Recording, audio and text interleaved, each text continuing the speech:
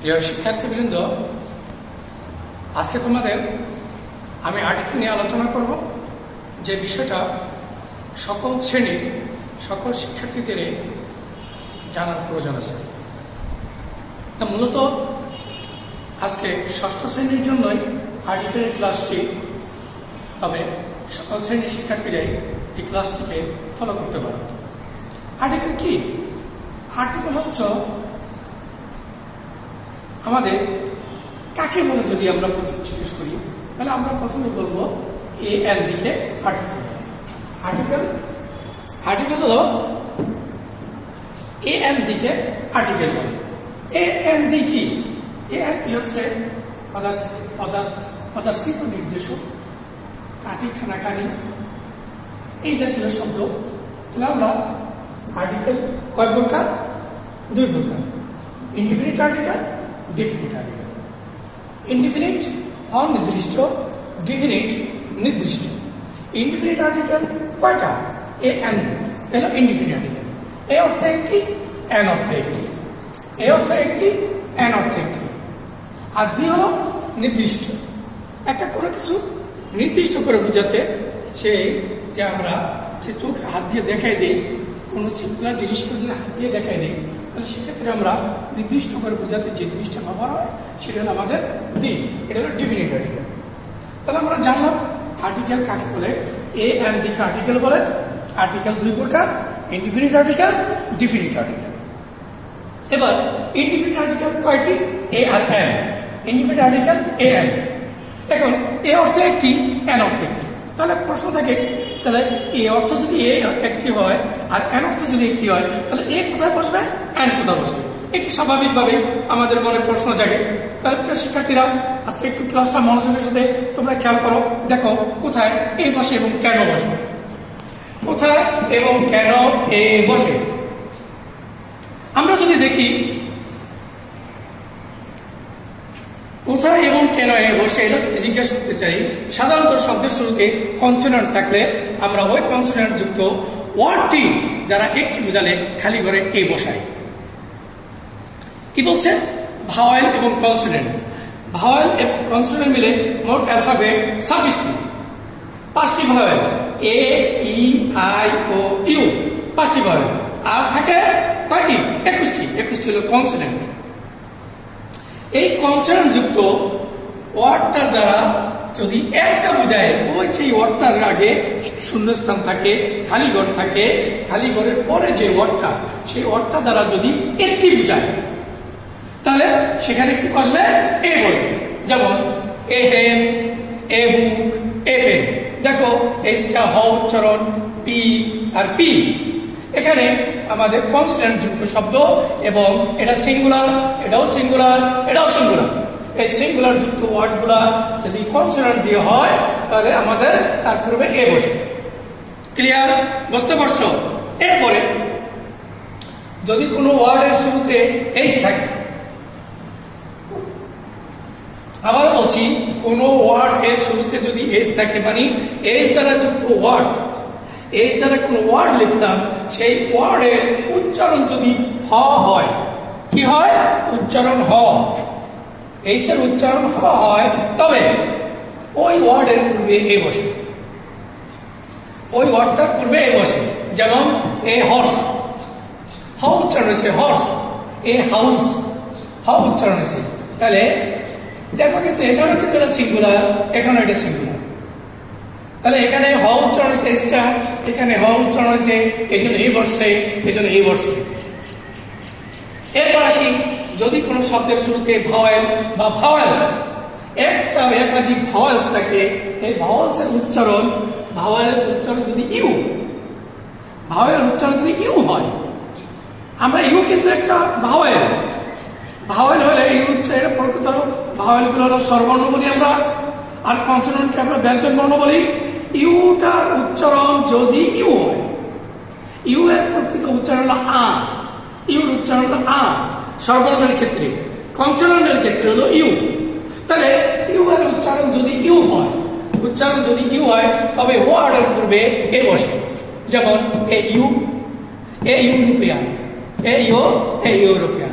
দেখো ইউ বসছে, ই আছে, এর উচ্চারণ কিন্তু ইউ হয়ে গেছে। এই ই আছে, এর উচ্চারণ কিন্তু আমাদের কি হয়ে গেছে? ইউ হয়ে গেছে। এই জন্য ইউরোপিয়ান বসছে। আবার খেলা এখানে কিন্তু গুরুত্বপূর্ণ এই পয়েন্টটা, 3 নম্বর পয়েন্টটা শিক্ষার্থীরা তোমাদের জন্য খুবই গুরুত্বপূর্ণ। যেহেতু তোমরা 6ষ্ঠ শ্রেণীর শিক্ষার্থী, তাই তোমাদের স্পেশাল ভাবে জানতে হবে ইউ এর উচ্চারণ যদি ইউর মতো, কোন ভাওয়েলের উচ্চারণ যদি ইউর মতো হয়, তাহলে তার পূর্বে এন না বসে এ বসে। কেননা ইউ উচ্চারণ হলে এ বসে। আবার যদি যেমন ইউনিভার্সিটি, দেখো ইউ, এই ইউনিভার্সিটি ইউ বসছে, এই ইউনিভার্সিটি সিঙ্গুলার। দেখো এটাও কিন্তু সিঙ্গুলার, এটাও সিঙ্গুলার, এটাও সিঙ্গুলার দ্বারা বুঝাইছে। আমি একবারই বারবার বলছি, ইনডিফিনিট শুধু সিঙ্গুলারের ক্ষেত্রে, ইনডিফিনিট এ বা এন শুধু এই আর্টিকেলের ব্যবহার হবে সিঙ্গুলারের ক্ষেত্রে। নাউন হোক, প্রোনাউন হোক, যেটাই হোক, সেটা যদি একটি বুঝায়, একটা বুঝায়, যদি সিঙ্গুলার বুঝায়, তাহলে ইনডিফিনিট আর্টিকেল এর অথবা এন বসবে। এরপরে যদি ও দিয়ে শব্দের উচ্চারণ ওয়া হয়, তবে এন বসবে। ও এ দিয়ে শব্দ যদি থাকে, সে তার উচ্চারণ যদি ওয়া হয়, তবে এন বসবে। যেমন এ 1 টাকা নোট। তবে অন্যভাবে শিখতে পারো, একমাত্র ও দিয়ে 1 ব্যতীত সকল জায়গায় এন বসে। একটি সহজ পদ্ধতি আমি এখানে একটু ভেঙে এর ব্যবহার দেখে আমি এখানে লিখেছি। যদি ও দিয়ে শব্দের উচ্চারণ ও হয়, তবে এ বসে, তবে এ বসে, তবে এ বসে। যেমন এ 1 টাকা নোট।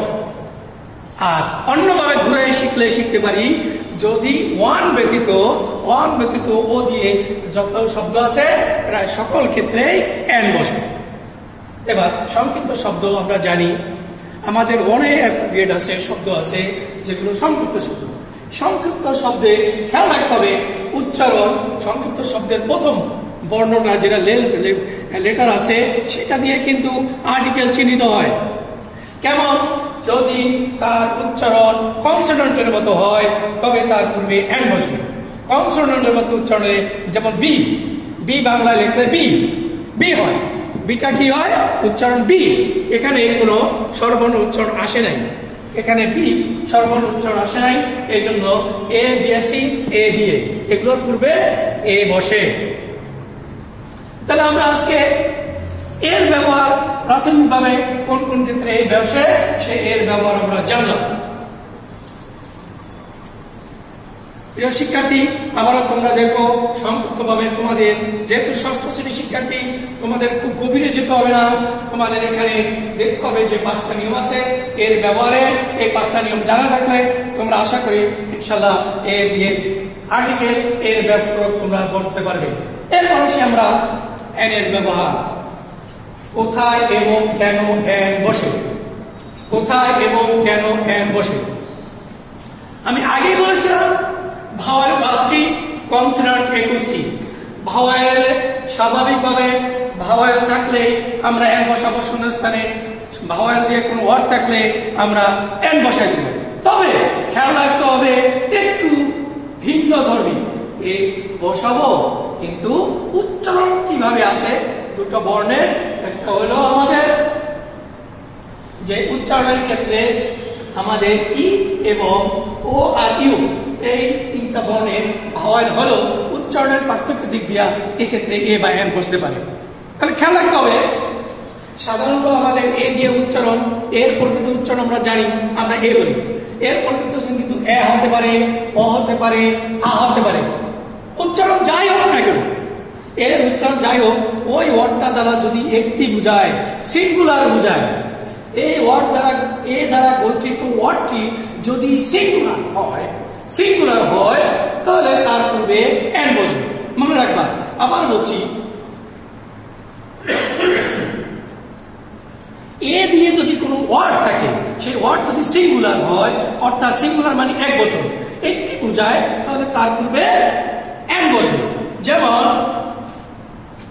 আমরা an ant বলতে পারি। তাহলে আমরা এখানে an এর প্রয়োগ করলাম। এরপরে যদি এর উচ্চারণ এর পরে যদি ই এর উচ্চারণ এ হয় an বসবে। খেয়াল রাখবে ই এর উচ্চারণ যদি এ হয় তাহলে an বসবে, ই এর উচ্চারণ এ হয় যদি ই হয়, ই হলে তাহলে এ বসবে। ই এর উচ্চারণ আবার বলছি, ই এর উচ্চারণ যদি এ হয় তাহলে an বসবে, আর ই এর উচ্চারণ যদি ই হয় তাহলে এ বসবে। যেমন an egg এর উচ্চারণ হয়েছে, এটা এ উচ্চারণ হয়েছে an egg, এখানে an বসছে। আই ভাওয়েল আই নিয়ে আসি, আই এর উচ্চারণ যাই হোক না কেন যদি ওয়ার্ডটা দ্বারা সিঙ্গুলার হয়, ওয়ার্ডটা যদি সিঙ্গুলার হয় তাহলে an বসবে। কি হবে? যদি আই এর উচ্চারণ যাই হোক না কেন, আই সাধারণত ই উচ্চারণ হয়, আই যাই হোক আই দেওয়া ওয়ার্ড থাকলে তার দ্বারা যদি ওই ওয়ার্ডটা যদি সিঙ্গুলার হয়, ওটা দ্বারা একটা বোঝায় তাহলে সেক্ষেত্রে an বসবে। যেমন an in pot, an in pot। এবার আসি ও ভাওয়েল ও। কোন ভাওয়েল? এই ও ভাওয়েলটা আনলাম, ও এর উচ্চারণ অ হলে an বসবে। আবার বসি ও দ্বারা ওয়ার্ড দেখলেই তোমরা an লিখে দিবে না, কিন্তু ও এর উচ্চারণ যদি অ হয়, ও এর উচ্চারণ আবার বলছি যদি অ হয় তাহলে an বসবে, ও এর উচ্চারণ অ হলে an বসবে। যেমন an orange, an orange, an onion। এভাবে an organization, এই জাতীয় শব্দগুলো আমার ক্ষেত্রে an বসে। এবার ইউ আমরা বলছি ভাওয়েল ইউ, পাঁচটা ভাওয়েলের পঞ্চম ভাওয়েল ইউ, এই ইউ এর উচ্চারণ আ হলে an বসবে। খেয়াল রাখো ইউ এর উচ্চারণ আ হলে an বসবে, আর ইউ এর উচ্চারণ ইউ হলে এ বসবে। আবার বলছি ইউ এর উচ্চারণ আ হলে an বসবে।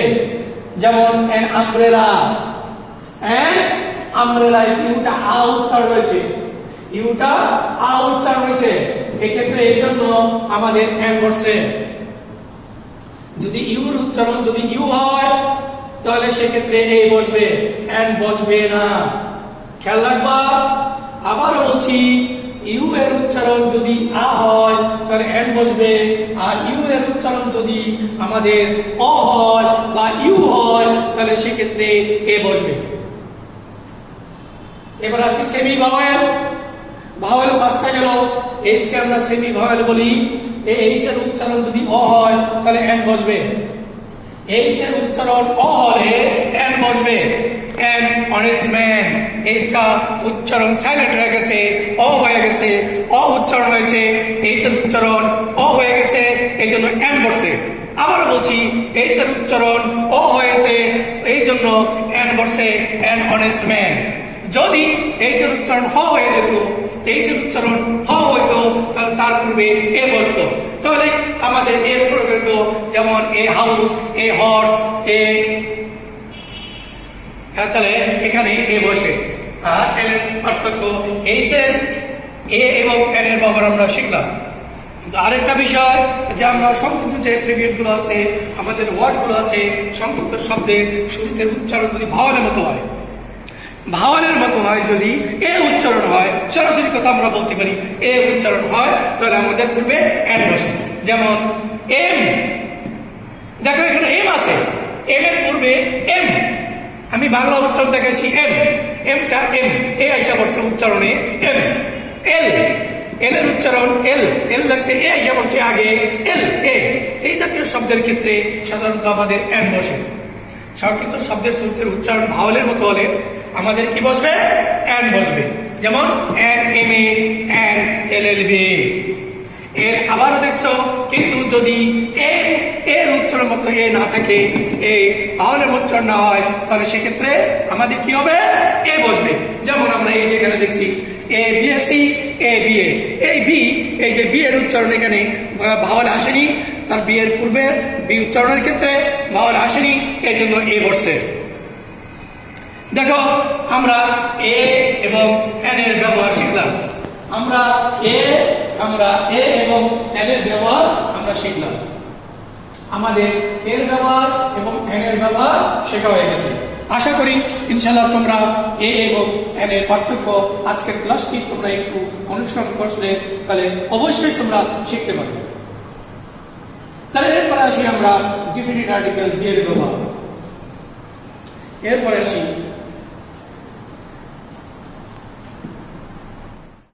শিক্ষার্থীবৃন্দ, তাহলে ইতিপূর্বে তোমরা এ এন এর ব্যবহার শিখেছো, মানে ইনডিফিনিট আর্টিকেলে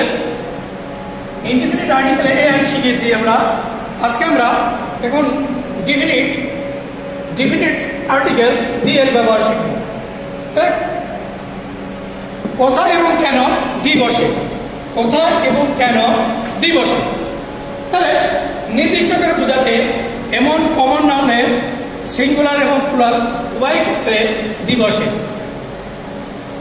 নির্দিষ্ট করে বোঝায়, আবার বলছি ডিফিনিট আর্টিকেল হলো নির্দিষ্ট করে বোঝাতে, দি নির্দিষ্ট করে বোঝাতে, সেজন্য নির্দিষ্ট করে বোঝায় এমন কমন নাউন এর সিঙ্গুলার হোক কিংবা প্লুরাল হোক উভয়ের ক্ষেত্রে দি বসে। যেমন the boys are reading, the boys plural, the boys are reading, এখানে দ্য বসে এই বয়েজ হয় নাই। আর the girl is reading, the girl is reading, a girl singular, the girl is reading.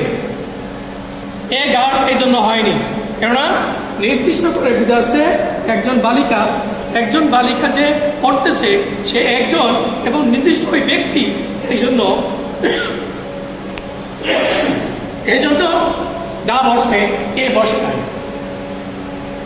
এরপরে এক জাতীয় সকলকে বোঝাতে সিঙ্গুলার কমন নাউনের পূর্বে দি বসে। এক জাতীয় সকল বোঝাবে, মানে কমন নাউন যা আছে তার এক জাতীয় কমন নাউনের এক জাতীয় সবাইকে একজনে একটা ওয়ার্ড দ্বারা বুঝিয়ে দেবে।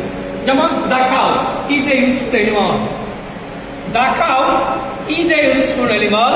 দ্য কাউ একটি কমন নাউন একটা কাউ, এটার এক জাতীয় সকল গরুকে বুঝাতে the cow is a useful animal. এরপর আছে the rose is a nice flower, the rose is a nice flower. Rose গোলাপ অনেক ধরনের আছে, তাহলে এই জন্য রোজ একটা কমন নাউন, এই কমন নাউন রোজের পূর্বে দা বসে। এরপর যদি দেখি আমরা কি নদী, সাগর, উপসাগর, মহাসাগর, মহাদেশ, পর্বতশ্রেণী, দ্বীপপুঞ্জ, জাহাজ ইত্যাদি নামের পূর্বে দি বসে।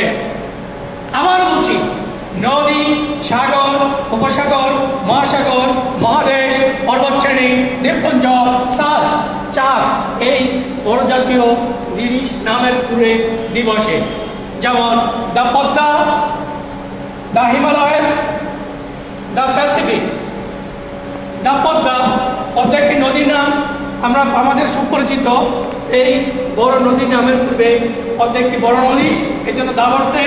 দ্য হিমালয়স, হিমালয় একটি হিমালয় পর্বত শ্রেণী, এই জন্য হিমালয়স তার পূর্বে দি বসে। দ্য প্যাসিফিক প্রশান্ত মহাসাগর এর নাম প্যাসিফিক বলা হয়, এই প্যাসিফিক, দ্য প্যাসিফিক।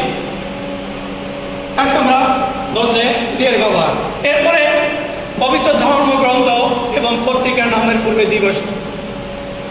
পবিত্র ধর্মগ্রন্থ বলতে আমরা কোরআন, বাইবেল, গীতা এগুলোকে আমরা পবিত্র ধর্মগ্রন্থ হিসাবে নাম জানি, তাহলে তার পূর্বে দি বসে দা হোলি কোরআন। পত্রিকা দা ইত্তেফাক, দা ইনকিলাব, দা অবজারভার এই জাতীয় নামের পূর্বে আমাদের দি বসে, পত্রিকার নামের পূর্বে। এরপরে যদি আমরা দেখি একক বস্তু, যার দ্বিতীয়টা নাই, একক বস্তু যেমন চন্দ্র, সূর্য, পৃথিবী, উত্তর, দক্ষিণ, পূর্ব, পশ্চিম, এই যে নামগুলো আছে একক নাম, একক যে বস্তু যে নাম বা একক নাম, সে নামের পূর্বে আমাদের দি বসে। যেমন দা সান, সূর্য একটি কিন্তু এ সান বসে নাই, সূর্য কিন্তু একটি বস্তু কিন্তু তার পূর্বে দি বসে দা সান। দা আর্থ, দা সাউথ। এরপরে অর্থপূর্ণ ভৌগোলিক নাম আমরা জানি, তোমরা জানো যে অনেক কিছু সংক্ষিপ্ত নাম আছে, যে ভৌগোলিক নাম আছে, সেই নামগুলো হয় আমাদের সংক্ষিপ্ত হিসেবে আমরা ইউনাইটেড স্টেট অফ আমেরিকা, এটাকে আমরা ইউএসএ বলে থাকি, যেমন অর্থপূর্ণ ভৌগোলিক নাম। যেমন USA, United state of America, এটাকে আমরা সংক্ষিপ্ত ইউএসএ বলি। এই ইউএসএ পূর্বে দিবসে এটা ভৌগোলিক নাম ইউএসএ। পাঞ্জাব, পাঞ্জাব একটি শুধু একটি জায়গার নাম না, একটি প্রায় একটি অনেকগুলো একটি রাজ্যের নাম মিলে হচ্ছে পাঞ্জাব। সেই পাঞ্জাব দা BSSR যে একটি এর হলো আমাদের নামের পূর্বে ভৌগোলিক যে নামের পূর্বে দিবসে। এরপরে তোমরা আরো ছোট্ট একটা জিনিস, যেটা হলো তারিখের নামের পূর্বে আমাদের দিবসে। কি তারিখের নামের পূর্বে দিবসে? যেমন দ্য 3rd অক্টোবর, আজকে অক্টোবরের 3 তারিখ, এই জন্য the 3rd October, the 26 March, যে এরকম নির্দিষ্ট তারিখের পূর্বে দিবসে। এরপরে জাতি এবং সম্প্রদায়ের পূর্বে দিবসে জাতি, যেমন আমরা বাঙালি যদি বলি the Bengali, the black nation, তাহলে এরপরে করতে দ্য ইংলিশ, দ্য পোর এটি একটি সম্প্রদায়, দ্য রিচ, দ্য পোর, এগুলো পূর্বে আমাদের দিবস। এবার সুপারলেটিভ ডিগ্রি, তোমরা জানো ডিগ্রি 3 প্রকার, পজেসিভ, কম্পারেটিভ, সুপারলেটিভ। ডিগ্রি কয় প্রকার? 3 প্রকার, possessive, comparative, superlative. Possessive adjective, স্বাভাবিক অ্যাডজেক্টিভ, স্বাভাবিক, যেটা স্বাভাবিক বলে, যার কোনো পরিবর্তন, যে রহিম ভালো ছেলে, রহিম মন্দ ছেলে, এই ভালো মন্দ, এই যে অ্যাডজেক্টিভ শব্দগুলো, এগুলো স্বাভাবিক থাকলে এগুলি পজেসিভ অ্যাডজেক্টিভ বলে। এই অ্যাডজেক্টিভ এর 3টা প্রকার, কম্পারেটিভ, সুপারলেটিভ। যদি সুপারলেটিভ ডিগ্রি অ্যাডজেক্টিভের পূর্বে দিবসে, সুপারলেটিভ ডিগ্রি অ্যাডজেক্টিভের পূর্বে দিবসে কি আছে? Rana is the best boy in the class, Raja is the best boy in the class. Rana হচ্ছে ক্লাসের সবচেয়ে ভালো ছেলে। এরপরে কম্পারেটিভ ডিগ্রি, কম্পারেটিভ অ্যাডজেক্টিভের দুইয়ের মধ্যে তুলনা বোঝায়। যদি দুটোর মধ্যে তুলনা, দুটো জনের জন্য দুটো বস্তুর মধ্যে যদি তুলনা বোঝায়, তাহলে তার পূর্বে দিবসে। যেমন Rina is the better of 2 girls, Rina is the better of 2 girls, তাহলে দুজনের সাথে তুলনা বোঝাইতে, তাহলে আমরা এখানে কম্পারেটিভ ডিগ্রি ক্ষেত্রে দিয়ে ব্যবহার। তাহলে আমরা ষষ্ঠ শ্রেণীর শিক্ষার্থী, তোমাদের জন্য এটুকু যথেষ্ট। তাহলে আসার সময় সংকলনের জন্য আমি কোথাও আর্টিকেল বসে তা তোমাদের শিখাতে পারলাম না।